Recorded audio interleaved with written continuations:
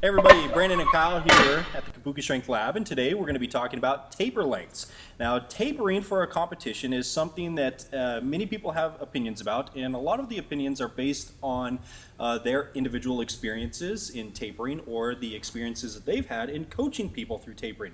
So if you don't know what tapering is, it's essentially a systematic reduction in training work so that when competition time comes around that you can have a hopefully very low level of accumulated fatigue while having a maximal adaptation to the intended training stimulus, and that is called your fitness level. So we're going to give you guys 3 different examples here of tapers, and we're going to give you some variables that are going to influence taper length, because at this point in time across the powerlifting fitness industry, it's kind of died out that people are tapering for 4 weeks at a time. You know, you're not taking your heaviest squat 4 weeks out from competition because you need the time to recover. In fact, that probably produces a lot of wasted time throughout the year. So we're going to show you how to effectively choose a taper length based on your training frequency, age, body weight, injury history, strength, and probably a couple other factors. So the first example we're going to give you guys is based on a single training day per week. And now we're talking frequency. We're not going to talk about volume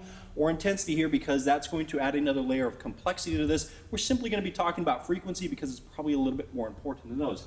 Let's say 1 time a week training frequency up top. Bottom, we're going 2 times a week training frequency. And on the very bottom, we're going to talk potentially 3 days a week training frequency. Now, all 3 of these examples are going to have different demands when it comes to the taper length because of the fitness fatigue model that is associated with training adaptation. So when someone is introduced to a stimulus, the amount of repeated stimuluses of similar nature that that person is exposed to, the more quickly that person is going to adapt to that stimulus and the more quickly that person is going to recover from that stimulus, assuming that we are within their threshold. So our goal for competition is to hit at some point in this general range of the training week where the fatigue level is very low, but not so low that we've decayed from the intended training effect. Because as everybody knows, if you've ever gone on vacation or otherwise and you've taken time away from training, that inevitably you feel a little rusty coming back, you don't feel quite as strong, you don't feel quite as fast, and that is called decay of your training stimulus, which for a lot of you is going to be strength.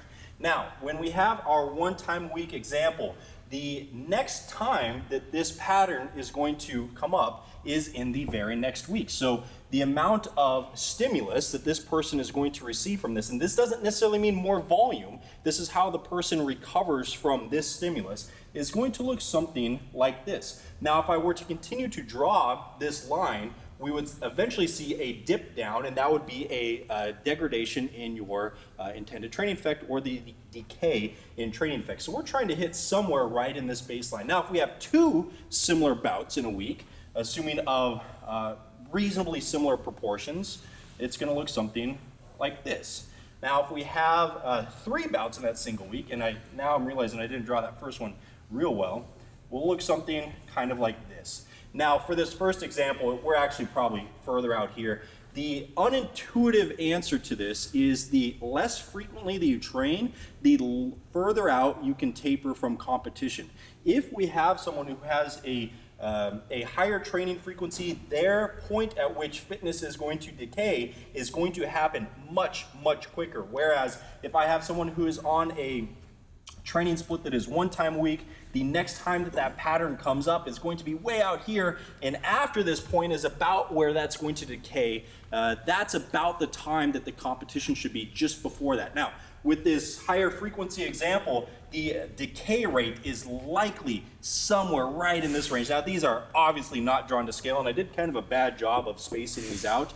But the point being is that the more frequently that you're training, the closer to competition you must start your taper if you do not want to dip down into that decaying of your training stimulus. Now, the few other factors that are going to heavily influence this is your body weight. Now, a bigger person is simply going to take longer to recover from any given training stimulus. The next is your injury history. It doesn't really matter to me which one of these you train on. If you are very injury prone, we're going to be pulling you back well in advance.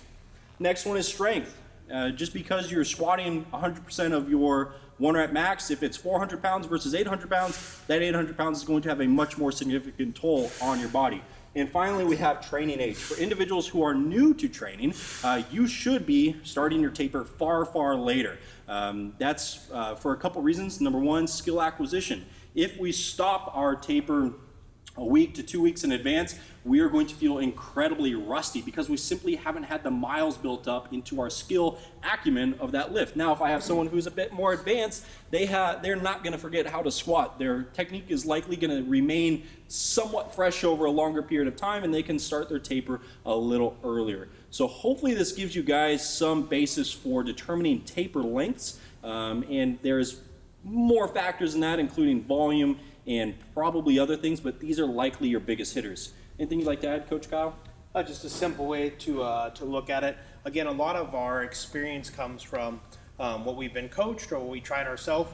So I'm not saying run out and try this differently tomorrow. However, a lot of our athletes work a lot closer up to the meet. At first, they're a little concerned with it because history says we need to, or a lot of people say we need to taper from farther out. If you haven't experienced it, you may not know the difference. Switching it up, paying attention to these simple things, you might find that you have a lot better benefit in the future tapering a little bit closer to the meet.